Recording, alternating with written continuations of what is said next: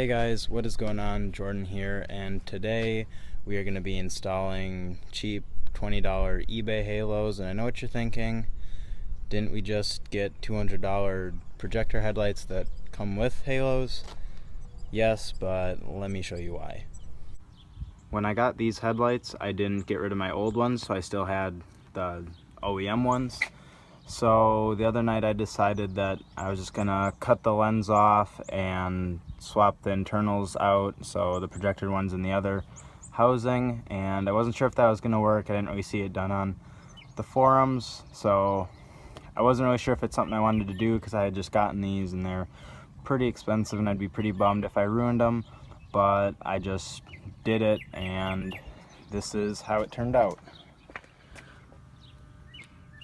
It looks a lot better in person because video doesn't really show headlights very well, but they're very bright. Like, you can see a difference. I just wanted you to be able to see the halos distinctively during the day like you do when you see like newer BMWs.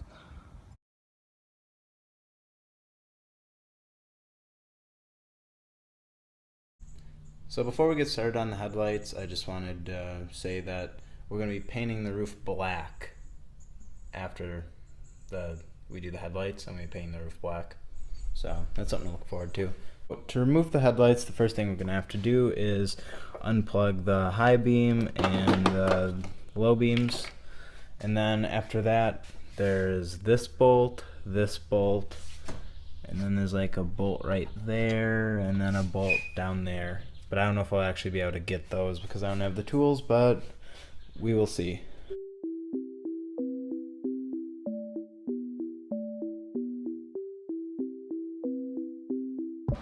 So here is my old headlight and here's the new one. First thing that we're probably going to have to do is cut off the lens, so I'll be right back. I'm not looking forward to this because it's probably going to take a while. I'm going to use a Dremel. I'm not going to show it because this isn't going to really pertain to anyone aside from me. So it was a massive pain and I got a lot of hot plastic in my face and on my arms, but I was able to cut it off with the Dremel. But we're going to put that off to the side for now, and then we're going to focus on how to disassemble your e46 headlight. So the first thing that you're going to have to do is tabs, 3 tabs up top, 1 on the side, 3 on the bottom. And if you're lucky and it isn't silicone on, it should just pop off with a little bit of finessing. And there you go. And then this piece is just gonna pop out. And then on the back, you're gonna have to take out your lights. So there's gonna be this thing right here that you're gonna twist counterclockwise, and then it'll pull out, and then you take the rubber boots off. The next step after that is going to be spinning these, I think, counterclockwise. Both of these. You can put a drill and a drill bit in there and speed it up, but yeah, counterclockwise. Essentially, what it's doing is it's pushing these out so that you can fit the plug for your halos through the back of there. So this is what it should look like when they're turned all the way, and I was wrong. It actually is just clockwise. There should be gaps right there. And this is the part where I swap these out with my projector ones and my other headlights. So this is the reason why the halos look so shitty, because it's just a bunch of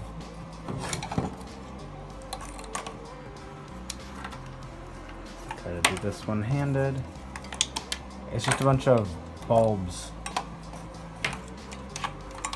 in the halos.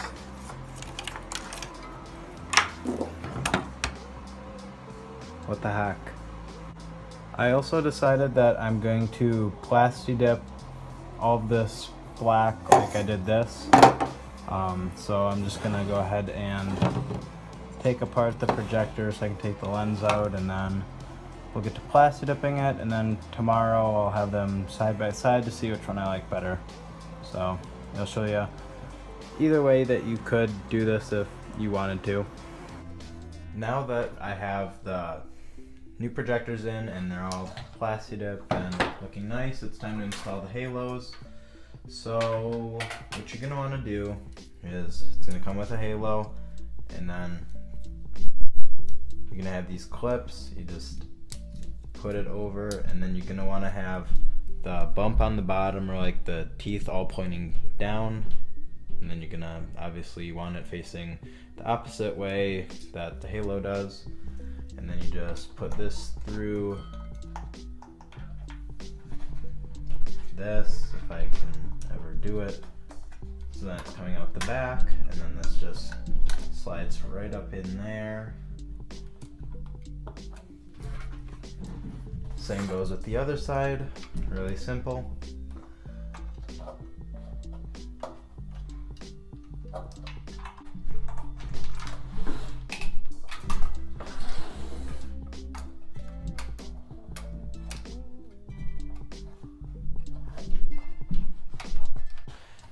And then we're gonna turn these, which are on like a screw, and then there's a piece in there that has threads in it, so that when you turn this, it's gonna pull the things back. So yeah, so it's just a lot of spinning these until this piece you can't see anymore because it's gonna be back there. It's basically just so when we put this in, they don't hit. The next step is to put this light back in. Then we plug these back in.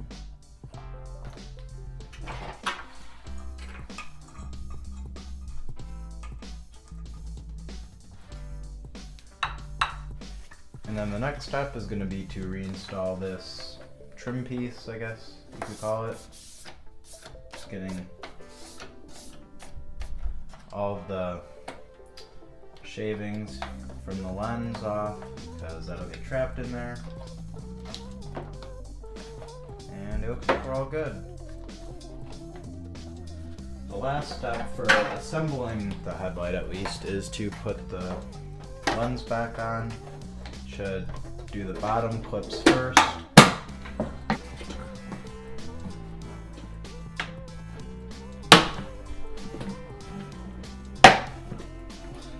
This one, headlight in particular, has been really hard to get the lens on and off of today, so they're not all going to be this hard.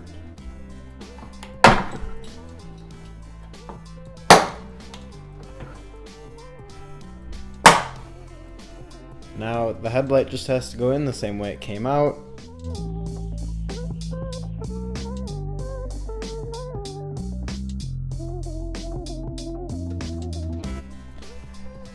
It's all bolted down exactly how it was before.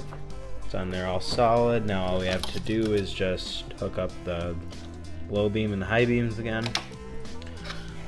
They're all hooked up now, and then I have to put the whole front end back together real quick.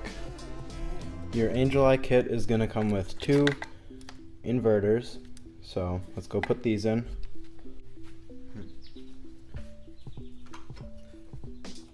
This is going to just plug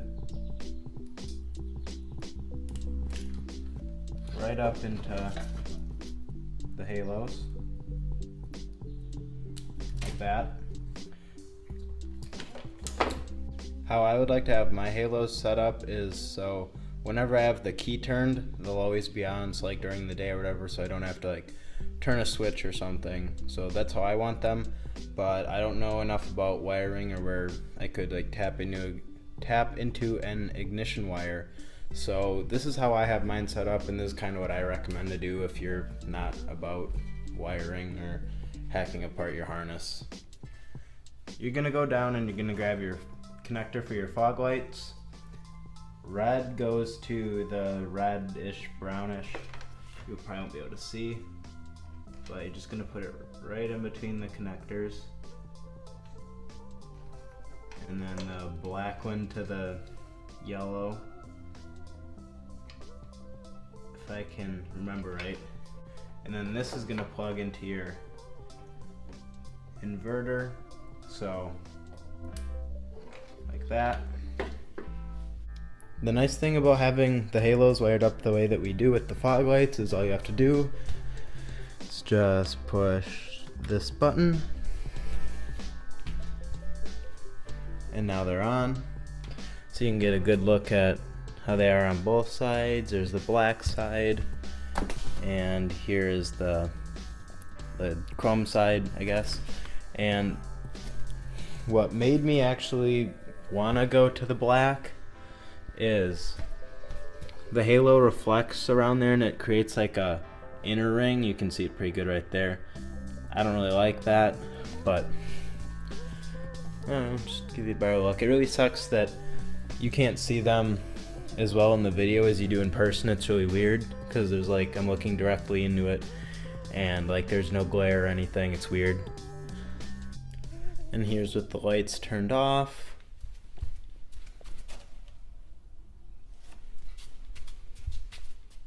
So,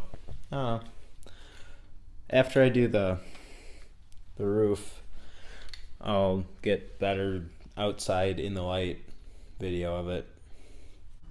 I originally wanted to get my roof wrapped carbon fiber black, whatever, but I also wanted to do the carbon fiber CSL trunk so it would match, but I think it'd look good just like a gloss black for now until I do get it wrapped. I don't really care too much about the paint because, as you can see, the clear coat is flaking, but it's only doing it on the roof, and if I mess up I don't really care because I planned on repainting the car anyway the same color just because the paint isn't very good on it anymore.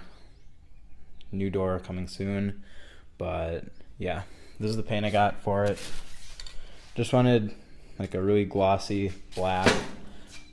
Not really sure what to expect from this, so I don't know. Hopefully it looks good. Otherwise, I really don't know what to expect from this.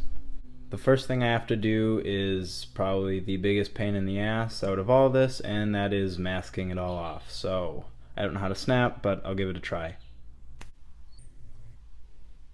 Wow, that was so much easier than doing it all by hand. So, I don't know, I guess it's all masked up and ready to be sanded back and then possibly primered depending on how much I have left. And then I guess we'll hit it with some paint. So, I got the roof all primered and sanded it back and then did another layer and then sanded it back. I used 400 grit and it's about as smooth as it's gonna get really, so I don't know, you can see the light reflecting off of it. So I guess it's time to start spraying some paint. So this is how it's looking after a few coats. Now I'm gonna show you the power of wet sanding. I'm gonna be using 400 grit, I think, or I'm probably just gonna do a couple more coats of this just to like get it thicker and then just use like 600 or something. Not sure. Well, here's how the roof turned out. It's kind of patchy, I know. It's still a little wet, but I'm sure once I buff it, it'll look like normal paint. It'll look really good. Still gotta buff the hood and the other fender, but it doesn't matter because I'm getting a new fender this week anyway. But I still have to buff the hood, but I don't know. This is how the roof turned out. It's more of a matte black, and then it's got like some swirls in there that I still got to get out that I'll do in between videos. I still got to buff it, and then I also have to still buff the hood from when we painted that a few months ago. But yeah, I'm going to buff this, try to get it shinier because I'd like it glossy. And then I'll update you guys in a future video whenever I get that figured out because this video is coming up on 17 minutes and I like to keep my videos around 10 minutes because a lot of people probably haven't even made it this far, but that is going to do it for this video. Don't forget to like and subscribe, and as always, I'll see you in the next one.